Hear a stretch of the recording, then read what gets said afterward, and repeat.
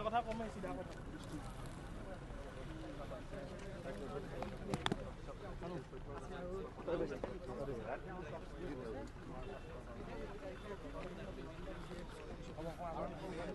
কুমাৰ ভাস্কৰ বৰ্মা যি ব্ৰিজ বা উৰণ সেতু, সেই উৰণ সেতুখন আমি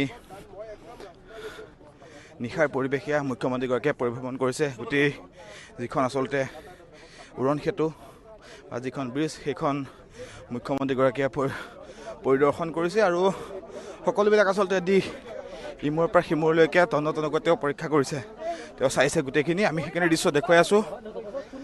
ইয়াৰ পিছত এই মুখ্যমন্ত্ৰী চান্দমাৰিলৈ যাব, যে GNB দীঘলীপুখুৰী সংযোগী যিখন উৰণ সেতুৰ যিখন সংযোগী যি আচলতে চান্দমাৰি উৰণ সেতুত সংযোগ হ'ব, সেই সংযোগ থকা ফ্লাইঅভাৰখনো তেওঁ পৰিদৰ্শন কৰিব। ইতিমধ্যে এই যি গুৱাহাটী উত্তৰ গুৱাহাটী সংযোগী যিখন উৰণ সেতু আছে, সেই উৰণ সেতুৰ দৃশ্য আমি দেখুৱাইছোঁ। মুখ্যমন্ত্ৰীগৰাকী উপস্থিত হৈছে নিশা প্ৰায় 10:42 আৰু নিশা আচলতে সকলো ইয়ালৈ আহি তেওঁ তন্নতন্নকৈ পৰীক্ষা কৰিছে। ইমূৰৰ পৰা গুৱাহাটীৰ পৰা উত্তৰ গুৱাহাটীৰ এই যি উৰণ সেতুখন ইমূৰৰ পৰা সিমূৰলৈকে তেওঁ খোজকাঢ়ি পৰিভ্ৰমণ কৰিছে আৰু গোটেইখিনি চাই আছে। আমি দৃশ্যসমূহ দেখুৱাই আছোঁ ইয়াৰ পোনপটীয়া সম্প্ৰচাৰযোগে। আমি দৃশ্যসমূহ দেখুৱাবলৈ সক্ষম হৈছোঁ। এয়া দেখুৱাইছোঁ আচলতে বৃহৎ এক সকলো লোক ইয়ালৈ আহিছে। DCP, CP লগতে ট্ৰেফিকৰ লোকসকল ইয়াত উপস্থিত আছে। মুখ্যমন্ত্ৰীগৰাকী নিজে উপস্থিত হৈ গোটেইখিনি তেওঁ পৰিদৰ্শন কৰিছে তন্নতন্নকৈ। যিহেতু ফেব্ৰুৱাৰী মাহত আচলতে মুকলি কৰা হ'ব এইখন উৰণ সেতু বা এইখন ব্ৰিজ, আচলতে ব্ৰহ্মপুত্ৰৰ ওপৰত দ্বিতীয়খন ব্ৰিজ, গুৱাহাটী উত্তৰ গুৱাহাটী সংযোগ কৰা এইখন দ্বিতীয়খন ব্ৰিজ। আৰু আচলতে এই ব্ৰিজখনৰ জৰিয়তে প্ৰায় 15 পৰা 20 মিনিটত আচলতে গুৱাহাটীৰ পৰা উত্তৰ গুৱাহাটী গৈ পাব। পূৰ্বৰ সময়ত আচলতে যথেষ্ট সময়ৰ প্ৰয়োজন হৈছিল, যথেষ্ট যান জঁট। এইটো 6 লেনযুক্ত আচলতে এইখন ব্ৰিজ, এইখন যি ব্ৰিজ আছে 6 লেনযুক্ত এই ব্ৰিজখন আচলতে মুখ্যমন্ত্ৰীগৰাকীয়ে পৰিদৰ্শন কৰিছে। আমি দৃশ্যসমূহ দেখুৱাই আছোঁ এয়া পোনপটীয়া সম্প্ৰচাৰ যোগে।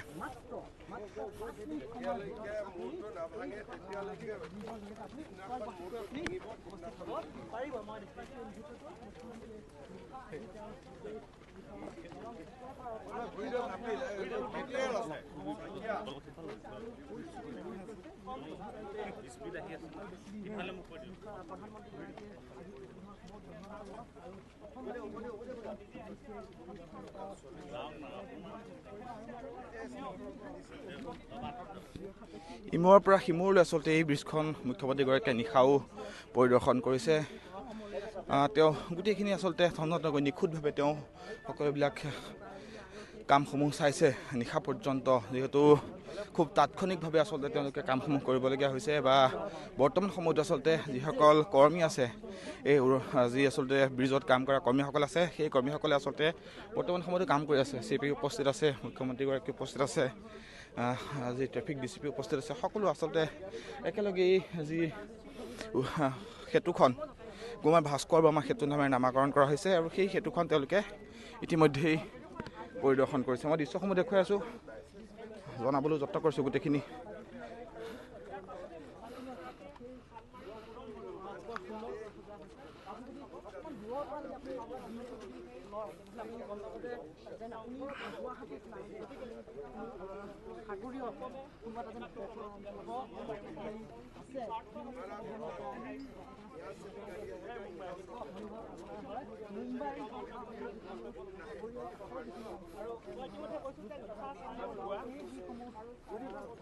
দাদা মই DL এটা মাৰি দিছোঁ, লাইভত লগাই দিছোঁ গোটেইখিনি।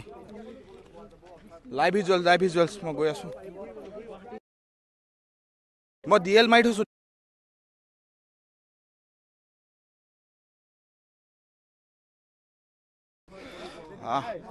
নিশ্চয়কৈ ৰাতি এয়া প্ৰায় 11 বাজিব হৈছে আৰু মুখ্যমন্ত্ৰীগৰাকী নিজে আচলতে যি এই কুমাৰ ভাস্কৰ বৰ্মা যি সেতু, সেই সেতুত আজি মুখ্যমন্ত্ৰীগৰাকী উপস্থিত হৈছে নিশা 11 বজাত।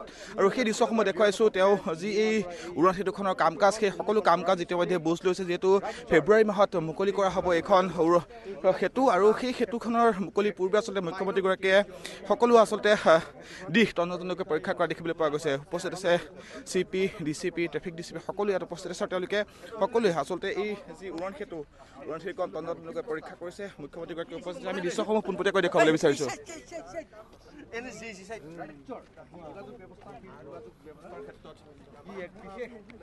প্ৰভাৱ পেলাব বা ই এক মাইলৰ খেতি কৰিব আৰু দেশৰ প্ৰধানমন্ত্ৰীগৰাকীয়ে যিহেতু এই উদ্বোধন কৰিব গতিকে এই মুহূৰ্তত উপস্থিত হৈ ৰাজ্যৰ এই যি কুমাৰ ভাস্কৰ বৰ্মা উৰণ সেতু এই উৰণ সেতুখনৰ জৰিয়তে আচলতে গুৱাহাটীৰ পৰা উত্তৰ গুৱাহাটীৰ পৰা গুৱাহাটী প্ৰায় 10 মিনিটৰ পৰা 15 মিনিটৰ আচলতে প্ৰয়োজন হ'ব সময় আৰু উত্তৰ গুৱাহাটীৰ পৰা গুৱাহাটীলৈ সংযোগ স্থাপন হ'ব এক বৃহৎ আচলতে ঐতিহাসিক ক্ষণ যিহেতু ফেব্ৰুৱাৰী মাহত মুকলি কৰা হ'ব এইখন উৰণ সেতু বা এইখন সেতু আচলতে মুকলি কৰা হ'ব 10 মিনিটৰ পৰা 15 মিনিটৰ ভিতৰত আচলতে কুমাৰ ভাস্কৰ বৰ্মা সেতুখনৰ ওপৰেদি গুৱাহাটীৰ পৰা উত্তৰ গুৱাহাটী বা উত্তৰ গুৱাহাটীৰ পৰা গুৱাহাটী সংযোগ স্থাপন হ'ব ইতিমধ্যেই ব্ৰহ্মপুত্ৰৰ ওপৰত উত্তৰ গুৱাহাটী সংযোগী এইখন দ্বিতীয়খন সেতু আৰু এই সেতুখনৰ জৰিয়তে আচলতে যি যান জঁট যথেষ্ট পৰিমাণে হ্ৰাস হ'ব পূৰ্বতে যদি গুৱাহাটীৰ পৰা উত্তৰ গুৱাহাটীলৈ যাবলগীয়া হৈছিল শৰাইঘাট ব্ৰিজৰ ওপৰেদি পাৰ হৈ যাবলগীয়া অৱস্থাৰ সৃষ্টি হৈছিল বা যথেষ্ট যান জঁটৰ বাবে যথেষ্ট সময়ৰ প্ৰয়োজন হৈছিল এই যি আচলতে উৰণ সেতুখন হোৱাৰ পিছতেই যথেষ্ট সময়ৰ আচলতে যথেষ্ট কম সময়ৰ ভিতৰতে ইমূৰৰ পৰা সিমূৰ হ'ব পাৰিব আৰু 6 লেনযুক্ত এই যি আচলতে অত্যাধুনিক প্ৰযুক্তি সম্পন্ন আচলতে যিখন সেতু সেই সেতুখন বৰ্তমান সময়ত প্ৰায় 95% কাম ইতিমধ্যে সম্পন্ন হৈছে ফেব্ৰুৱাৰী মাহত মুকলি কৰিব বুলি ইতিমধ্যে আমি খবৰ লাভ কৰিছোঁ আমি দৃশ্যসমূহ দেখুৱাই থাকিব বিচাৰিছোঁ পোনপটীয়াকৈ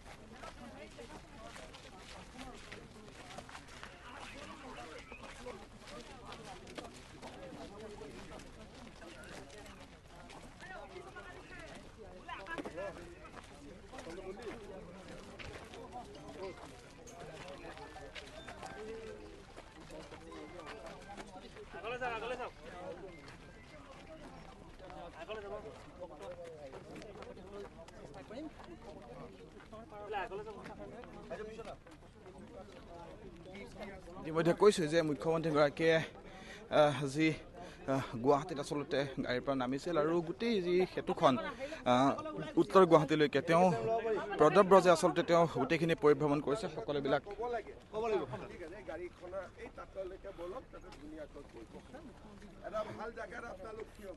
মুখ্যমন্ত্ৰীয়ে মন্তব্য দিব আমি সেই মন্তব্য তেওঁৰ পৰা ল'ম তেওঁ যিহেতু আজি পৰিভ্ৰমণ কৰিছে গোটেইখিনি কেতিয়া কেনেদৰে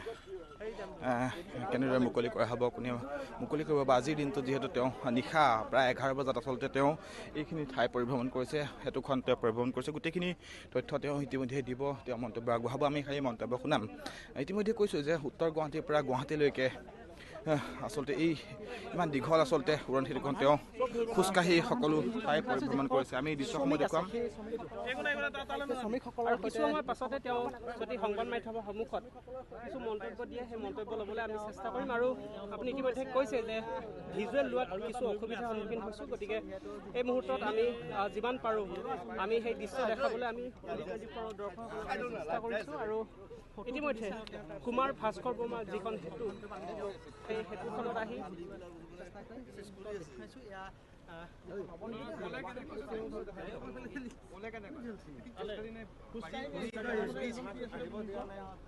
নিজে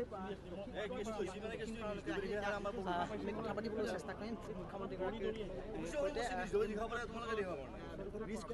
নিৰ্মাণ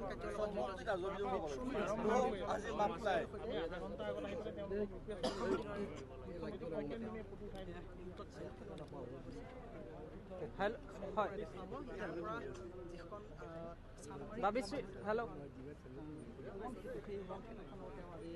ইতিমধ্যে আমি কুমাৰ ভাস্কৰ বৰ্মা উৰণি সেতুৰ পৰা দৃশ্যসমূহ দেখুৱাই আছোঁ। পোনপটীয়া সম্প্ৰচাৰযোগে মুখ্যমন্ত্ৰীগৰাকীয়ে কিছু সময়ৰ পিছতে আচলতে সংবাদ মাধ্যমৰ ওচৰত তেওঁ বক্তব্য ৰাখিব। গতিকে আমি সেই তেওঁ মন্তব্য শুনাবলৈ যত্ন কৰিম। ইয়াৰ পিছতে তেওঁ পোনপটীয়াকৈ চানমাৰীস্থিত যি আচলতে GNB দীঘলীপুখুৰী সংযোগী উৰণ সেতু, সেই উৰণ সেতুখনৰ নিৰ্মাণ সম্পৰ্কে তেওঁ বুজ ল'ব। আমি সেইখিনি দৃশ্য দেখুৱাম। পূৰ্বতে আমি যি কুমাৰ ভাস্কৰ বৰ্মা এই উৰণ সেতুৰ পৰা দৃশ্যসমূহ দেখুৱাম। অহা 14 ডিচেম্বৰ তাৰিখে ভাৰতৰ প্ৰধানমন্ত্ৰী নৰেন্দ্ৰ মোদী ডাঙৰীয়াই কুমাৰ ভাস্কৰ বৰ্মা সেতু অৰ্থাৎ গুৱাহাটী আৰু উত্তৰ গুৱাহাটী সংযোগী 6 লেনযুক্ত যিখন আমি দলং নিৰ্মাণ কৰিছোঁ, সেই দলংখনৰ শুভ উদ্বোধন কৰিব। আৰু সিদিনাখনেই তেখেতে পলাশবাৰীত আমি স্থাপন কৰিব বিচৰা ইণ্ডিয়ান ইনষ্টিটিউট অফ মেনেজমেণ্টৰ টেম্পৰাৰী কেম্পাছটো মুকলি কৰিব, যিটো টেম্পৰাৰী কেম্পাছ বৰ্তমান টেক চিটিত আমি নিৰ্মাণ কৰি আছোঁ। পিছত য'ত আমি মাটি দিছোঁ পলাশবাৰী, তালৈকে উঠি যাব। আৰু এই দুইটা খুব ভাল কৰি যাতে আমি কৰিব পাৰোঁ, আমি তাৰ কাৰণে পৰ্যবেক্ষণ কৰিব আহিছিলোঁ। কিন্তু দলংখন উদ্বোধন কৰিলেও গৌৰীপুৰত ট্ৰাম্পেড এটা নিৰ্মাণৰ কাম চলি আছে। যেতিয়ালৈকে দলংখনত ট্ৰাম্পেড নিৰ্মাণ হৈ নাযায়, আমি IIT গুৱাহাটীৰ এটা সৰু ৰাস্তা দিহে নেশ্যনেল হাইৱেত উঠিব পাৰিম। গতিকে দলংখনৰ যিটো এটা সম্পূৰ্ণ যিটো এক্সপেৰিয়েঞ্চ, সেইটো পাবৰ কাৰণে আমি গৌৰীপুৰত নিৰ্মাণ হৈ থকা ট্ৰাম্পেডটো কমপ্লিট হোৱালৈকে ৰখিব লাগিব, যিটো জুন মাহত কমপ্লিট হ'ব। তাৰ আগলৈকে গাড়ী চলি থাকিব, কিন্তু IIT গুৱাহাটীৰ ৰাস্তাটো দিহে গাড়ী চলিব, যিটো আচলতে আমাৰ মেইন ৰাস্তা নহয়। আচল মেইন ৰাস্তাটো হৈছে আমাৰ গৌৰীপুৰেদি যিটো আমি ট্ৰাম্পেড বনাই আছোঁ, সেইটো দি।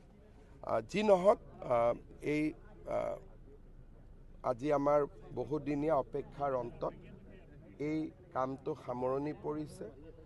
ভৰলুমুখত যিখন আমি ফ্লাইঅভাৰ বনাই আছোঁ, সেইখনো অহা 10 দিনৰ ভিতৰত আমি উদ্বোধন কৰিম।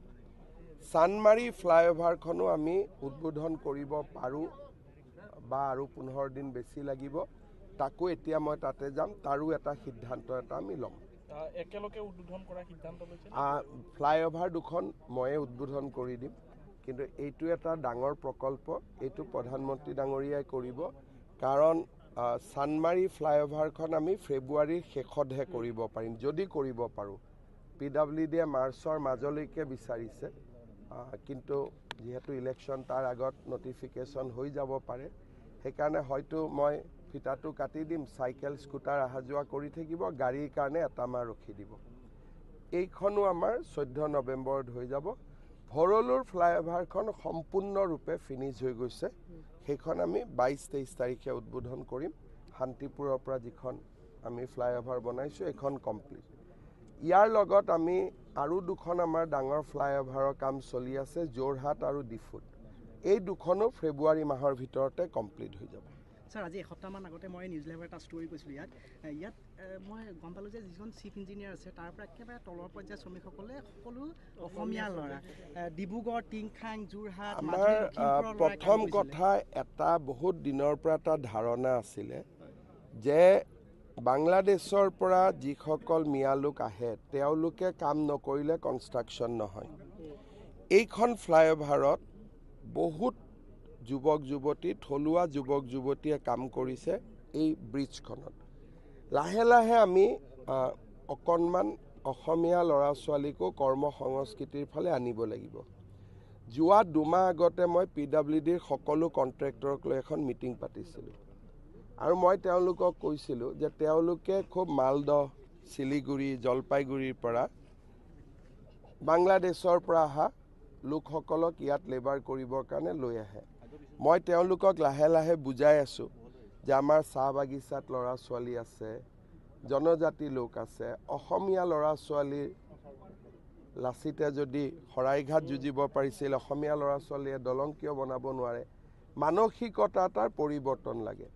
এই দলংখনত অন্ততঃ টেকনিকেল কাম গোটেই আমাৰ অসমীয়া ল'ৰা ছোৱালীয়ে কৰিছে। লেবাৰ কামটোত হয়তো বাকী মানুহো আছে। লাহে লাহে আমাৰ ল'ৰা ছোৱালীবিলাকে শিকিব আৰু এইটো মই এটা প্ৰচেষ্টাৰ অংশ হিচাপে লৈছোঁ। অলৰেডি মই PWD কণ্ট্ৰেক্টৰসকলক কৈছোঁ যে অহা বাৰৰ পৰা 50% লেবাৰ থলুৱা আৰু খিলঞ্জীয়া হ'ব লাগিব। স্যাৰ এখন বৈশিষ্ট্য স্যাৰ যথেষ্ট আছে এই দলংখনৰ, আপোনালোকে যথেষ্ট এডভান্স টেকনলজি ব্যৱহাৰ কৰিছে। এই দলংখনত গোটেই ইয়াক কয় কি যে প্ৰথম এখন ছয়লেনযুক্ত দলং আৰু গুৱাহাটীৰ ব্যস্ত পথ এটাত, যিটো আমাৰ MG ৰোড বুলি কওঁ, যিটো আমাৰ একেবাৰে এয়াৰপৰ্টৰ পৰা আহি ভৰলু হাইকোৰ্ট, এই ব্যস্ত ৰোডটোত দলংখনে সংযোগ কৰিব। গতিকে ট্ৰেফিকৰ যাতে বহুত বেছি জাম নহয়। ইনিচিয়েল ছমাহ অলপ আনন্দ ফূৰ্তিত জাম হ'ব, কিন্তু লাহে লাহে যাতে ট্ৰেফিকটো ইজ হৈ যায়। ইয়াতে আমাৰ বহুখিনি সংযোগী কানেক্টেড, ইয়াত সৰু সৰু এলিভেটেড কৰিডৰ বনোৱা হৈছে। এতিয়া আপোনালোকে ভৰলুতে দেখিব 2টা কৰিডৰ সম্পূৰ্ণ হৈছে। এই দলংখনক কয় এক্সট্ৰা ড'জ। তাৰমানে ইয়াৰ পিলাৰবিলাকে, পাইলবিলাকে যিমান ইয়াৰ ৱেইট লৈছে, ষ্টীলৰ যিখিনি আপোনালোকে ইয়াত কাম কৰিছে দেখিছে, সেই ষ্টীলতো তাৰ লোডটো ডিষ্ট্ৰিবিউট হৈছে। গতিকে দলংখন ইয়াক এটা ইঞ্জিনিয়াৰিং যিটো কৌশল, সেইটো অত্যন্ত আধুনিক। ভাৰতত এক্সট্ৰা ড'জ ব্ৰিজ আমি বনোৱাৰ সময়ত 2-3খনে আছিল, এতিয়া অলপ অলপ বাঢ়িছে। পলাশবাৰী আৰু শুৱালকুছিৰ ব্ৰিজখনো এক্সট্ৰা ড'জ। গতিকে আমাৰ ইয়াত ব্ৰিজ নিৰ্মাণৰ খুব আধুনিক টেকনলজি আমি ব্যৱহাৰ কৰিছোঁ। আচ্ছা, মানসিকতাৰ কথাটোলৈ মই আকৌ আপোনাক উভতাই আনিছোঁ সেই কথাটোলৈকে। সেইদিনাখন যেতিয়া মই কথা পাতিছিলোঁ সিহঁতৰ লগত, সিহঁতি কিন্তু এটা কথা কৈছিলে যে, মই এটা প্ৰশ্ন কৈছিলোঁ যে মিয়া নহ'লে আমাৰ ইয়াত কনষ্ট্ৰাকশ্যনৰ কাম নহয় বুলি কয়, কিন্তু তেওঁলোকে কৈছিলে যে সেইটো কথা এতিয়া ধাৰণাটো সলনি হৈছে, ভ্ৰান্ত ধাৰণাটো। এতিয়া আমিয়ে কৰিম, মই এটা কথা ক'ম, আপোনালোকে যদি বগীবিলৰ দলংখন দেখে, বগীবিলৰ দলংখনৰ 100% ৱৰ্কাৰ আমাৰ মিচিং ল'ৰা ছোৱালী আছিলে। কিন্তু মাজত এটা পৰিৱেশ আহি গৈছিল যে অসমীয়াই এই কথাবোৰ চিন্তা কৰা বাদ দি দিছিল। এতিয়া লাহে লাহে আকৌ সেই পৰিৱেশটো আমি উভতাই আনিব খুজিছোঁ। এনেকুৱা নহয় যে আজি কোনোবা এজন মিয়া মানুহ 51 চনৰ আগতে আহিলে, তেওঁকতো কাম কৰাত আমি কেতিয়াও আপত্তি নকৰোঁ, আমিওতো একোটা লজিকেল মানুহ। কিন্তু যোৱা 20-30 বছৰত অসমত ডেভেলপমেণ্ট হৈছে কাম দেখি সদায় বাংলাদেশৰ পৰা নতুন নতুন মানুহ সোমাব খোজে। আমি সোমাব ৰখুৱালে কেলকাতা বেংগলৰ পৰা সোমাই আহে। গতিকে অৰ্থনীতিটো যদি আমি ধৰি ৰাখোঁ, তেতিয়া তেওঁলোকে সুযোগ নাপায়। আজি আপোনালোকে চাব, গুৱাহাটীত প্ৰত্যেকজন আমাৰ ফেমিলিতে গাড়ী চালকৰ কাৰণেও আমি অসমীয়া ল'ৰাজনক ৰখা নাই। তাৰমানে আমাৰ ল'ৰাই ব্ৰিজ চলাব নোৱাৰে, গাড়ী চলাবও নোৱাৰে নেকি? ডেফিনেটলি পাৰে। কিন্তু লাহে লাহে আমাৰ মনত চিন্তাবিলাক নোহোৱা হৈ গৈছিলে। বগীবিল দলং মই আকৌ কৈছোঁ, সম্পূৰ্ণ মিচিং ৱৰ্কাৰে বনোৱা, আৰু সেই ৱৰ্কাৰবিলাকে আজি ডেইলি 2000 টকালৈকে তেওঁলোকে পইচা পায়, ভাৰতৰ বিভিন্ন ৰাজ্যত গুচি গৈছে। জাগিৰোডত যি ছেমি কণ্ডাক্টৰ উদ্যোগ হৈ আছে, তাতে বহুত অসমীয়া লেবাৰে কাম কৰি আছে, বহুত লেবাৰ উভতি আহিছে। গতিকে মোৰ এটা লক্ষ্য আছিল যে ইনফ্ৰাষ্ট্ৰাকচাৰৰ লগে লগে জাতিটোৰ অৰ্থনৈতিক মেৰুদণ্ডও সুদৃঢ় কৰা। সেইকাৰণে কেমেৰাৰ সন্মুখত নহয়, কেমেৰাৰ পৰা দূৰত যোৱা 1.5-2 মাহ আগতে মই PWDৰ সকলো কণ্ট্ৰেক্টৰক মাতি আনিছিলোঁ যে আপোনালোকে লাহে লাহে পৰিৱেশটো সলনি কৰক, নহ'লে মাজুলীত কাম এটা কৰিবৰ কাৰণেও ধুবুৰীৰ পৰা লেবাৰ লৈ যায়। মাজুলীৰ স্থানীয় ল'ৰাই সুযোগ পাব লাগে, বুজাব লাগে, ট্ৰেইনিং কৰিব লাগে। এই দিশবিলাকতো আমি ডেফিনেটলি চকু দি আছোঁ, আৰু যিমানটো পাৰে বা পৰা যায় আমি ডেফিনেটলি কৰিব চেষ্টা কৰি আছোঁ। এই ব্ৰিজখন তাৰ এটা জ্বলন্ত উদাহৰণ।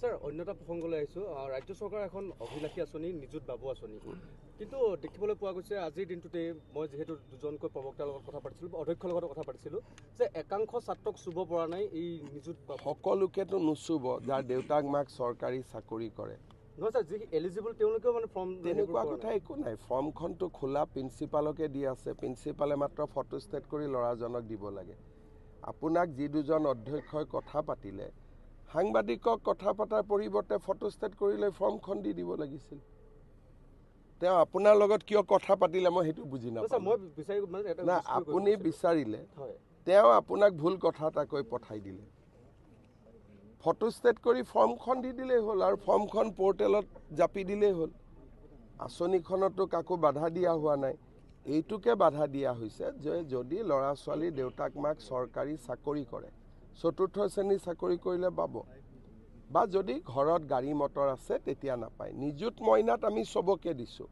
নিযুত বাবুত অকণমান আমি ৰিজাৰ্ভেশ্যন কৰিছোঁ ছাৰ আপোনাক লগ পাওঁ এটা প্ৰসংগ সুধি লওঁ আজি CPI 7টাকৈ সমষ্টি তেওঁলোকে ক'ত ক'ত খেলিব তেওঁলোকে ডিক্লেয়াৰ কৰি দিলে অখিল গগৈয়ে কৈ আছে যে আৰু দুদিনৰ ভিতৰত যদি ডেডলাইন পাৰ হৈ যায় তেওঁ ৰণচণ্ডী ৰুদ্ৰমূৰ্তি ধৰিব চাওক কি ক'ব ছাৰ অসমত এতিয়া মই ইয়াত আপোনালোকৰ লগত বহি আছোঁ একদম ৰিলেক্স আছোঁ নে নাই তাৰমানে ইলেকশ্যনৰ ৰিজাল্ট ডিক্লেয়াৰ হৈ গৈছে আপোনালোকেও 10জনক গৈ সুধিব মই বহুত দিনৰ পৰা ৰাজনীতিত আছোঁ 25 বছৰ হৈ গ'ল যেতিয়া অলপ টেনশ্যন আছিল মোৰ মুখতো টেনশ্যন দেখিছিলে এতিয়া একো নাই ইলেকশ্যনত মানুহে সিদ্ধান্ত লৈ লৈছে যে বিজেপিক ভোট দিব বাকী 25টা সিট বা 22টা সিটত মিত্ৰতা হয় মিত্ৰতা নহয় এইবিলাক মই চকুৱে দিয়া নাই কাৰণ মিত্ৰতা হ'লেও গুৱাহাটীত আমাক কেনেকৈ হৰুৱাব মিত্ৰতা হ'লেও নলবাৰীত আমাক কেনেকৈ হৰুৱাব মিত্ৰতা হ'লেও লখিমপুৰ ধেমাজি যোৰহাট ডিব্ৰুগড়ত আমাক হৰুৱাব নোৱাৰে শিলচৰ কৰিম শ্ৰীভূমি ক'তো এইবাৰ আমাক হৰুৱাব নোৱাৰে আমাৰ চিটকেইটাত আমি অলৰেডি পজিশ্যনত আহি গৈছোঁ অগপক আচলতে বিজেপিয়ে যিহেতু লগতে লৈ নিৰ্বাচন অৱতীৰ্ণ হ'ব গতিকে অগপৰ শক্তি আগতকৈ বাঢ়িব নে অগপৰ শক্তি আগতকৈ কমিব শক্তি বিজেপিৰো নাবাঢ়ে এজিপিৰো নাবাঢ়ে য'ত আছিলোঁ তাতে থাকিব একেধৰণে থাকিব কাৰণ কাৰোবাৰ শক্তি বঢ়াব গ'লে কাৰোবাৰ পৰা কাঢ়ি ল'ব নালাগিব জানো কাঢ়াটোতো বেয়া কথা গতিকে এজিপি য'ত আছিল তাতে থাকিব বিজেপি য'ত আছিল তাতে থাকিব BPF য'ত আছিল তাতে থাকিব পাৰিলে আমি UPPLৰ কাৰণে যদি ৰাস্তা এটা ওলাব পাৰোঁ ভাল এতিয়ালৈকে ওলাব পৰা নাই কাৰণ তেওঁলোকে নিজৰ ভিতৰতে কথা পাতি ল'লে ভাল মই বড়ো সমাজৰ ৰাজনীতিত মই সোমালে তাৰ প্ৰতিক্ৰিয়াও হ'ব পাৰে মই সোমোৱা নাই কিন্তু এজিপিৰো মই মাজে মাজে দেখা পাওঁ যে আমাক এইবাৰ অলপ বেছিকৈ লাগিব ভায়েক ককায়েকৰ মাজত এজন ভায়েকে যদি এজন ভায়েকৰ মাটিটো কাঢ়ি ল'ব খোজে কাজিয়া লাগে সেইকাৰণে আমাৰ কথাটো হ'ল যে যোন য'ত আছিল তাতে থাকিলে সমস্যা নাই চিটৰ নামবিলাক বদলিব পাৰে ধৰক এইবাৰ মই আগতে জালুকবাৰীত আছিল এতিয়া নতুন জালুকবাৰী হ'ল গতিকে পুৰণা জালুকবাৰীটো হাজো শুৱালকুছি হ'ল বোলে তাতে এজিপিক লাগে তাতে বিজেপিক লাগে কমলপুৰক লাগে চিটবিলাক পৰিৱৰ্তন হ'ব পাৰে কিন্তু সংখ্যাটোৰ মই বিশেষ পৰিৱৰ্তন দেখা নাই লগত আমি এজিপিক এইটোও কৈছোঁ যিটো অখিল গগৈও কংগ্ৰেছক কৈ আছে যে আপোনালোকৰ ওপৰত যদি দলীয় হেঁচা আছে থাকে চব দলৰ অতুল বৰাৰ ওপৰতো হেঁচা থাকিব আপুনি কেণ্ডিডেট য'ত ইচ্ছা তাতে দি দিয়ক আমি একদম বেয়া নাপাওঁ সেইটো আমি মুকলি কৰি দিছোঁ যিটো কংগ্ৰেছে অখিল গগৈক মুকলি কৰি দিয়া নাই কিন্তু আমি মুকলি কৰি দিছোঁ এজিপিয়ে যদি 126টাটো খেলে আমি আপত্তি নকৰোঁ মাত্ৰ কেইটামান সিটত আমি কেণ্ডিডেট নিদিওঁ তাত আমি এজিপিক সহায় কৰিম বাকী জেগাত বন্ধুত্বমূলক প্ৰতিদ্বন্দ্বিতা হ'ব তেওঁলোকৰ MLA জিকিলেওতো আমাকেই সমৰ্থন কৰিব ৰমেন্দ্ৰ নাৰায়ণ কলিতা হতাশাত ভুগিবলগীয়া কিবা ফলাফল তেওঁ উঠক ছাপ'জ তেওঁ উঠিব খুজিছে যে মোক জালুকবাৰীত লাগে চেণ্ট্ৰেল গুৱাহাটীত লাগে তেওঁ উঠক আমি উঠিলোঁ যোন জিকিলে আৰু তাতে কি ক'বলগীয়া আছে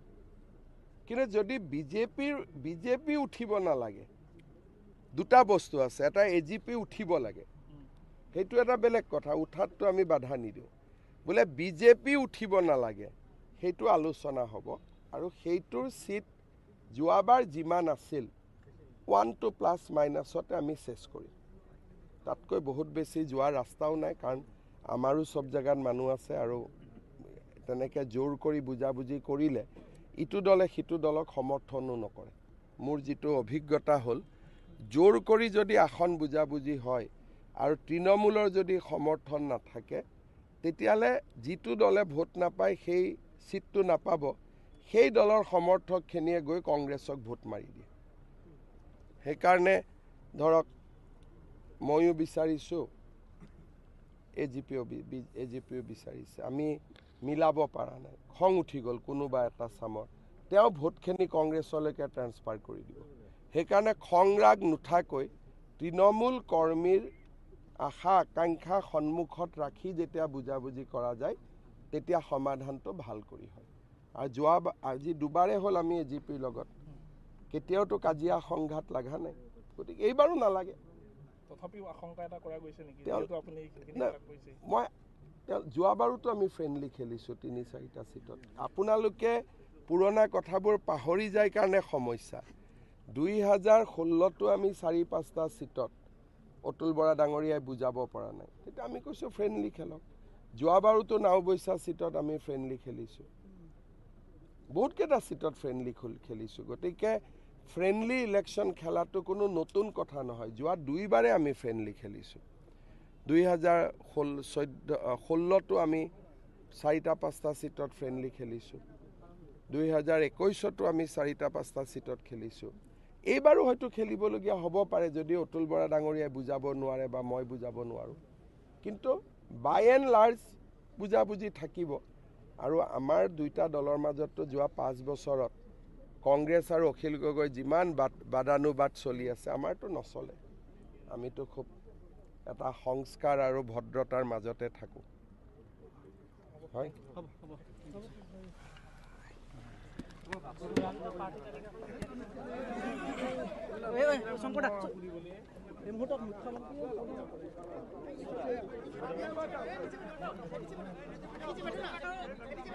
এই মুহূৰ্তত আমি দৃশ্যসমূহ দেখুৱাইছোঁ। মুখ্যমন্ত্ৰী যিসকল কৰ্মী আছে, ৱৰ্কাৰসকল যিসমূহ আছে, সেই ৱৰ্কাৰসকলৰ সৈতে তেওঁ ফটো তুলিছে। আমি দৃশ্যসমূহ দেখুৱাইছোঁ। এয়া পোনপটীয়া সম্প্ৰচাৰযোগে মুখ্যমন্ত্ৰীগৰাকীয়ে ফটো উঠিছে সকলোৰে সৈতে। আমি দৃশ্যসমূহ দেখুৱাবলৈ সক্ষম হৈছোঁ। এয়া আজি ভাস্কৰ বৰ্মা উৰণ সেতু, সেই উৰণ সেতুৰ ওপৰত আচলতে প্ৰায় 1 ঘণ্টা ধৰি মুখ্যমন্ত্ৰীয়ে সময় অতিবাহিত কৰিলে। তেওঁ সকলোবিলাক ইতিমধ্যে বুজ লৈছে, সকলোবিলাক যি দৃশ্য, সেই দৃশ্যসমূহ বুজ লৈছে। আমি দৃশ্যসমূহ দেখুৱাই আছোঁ পোনপটীয়া সম্প্ৰচাৰযোগে। ইয়াৰ পৰা পোনপটীয়াকৈ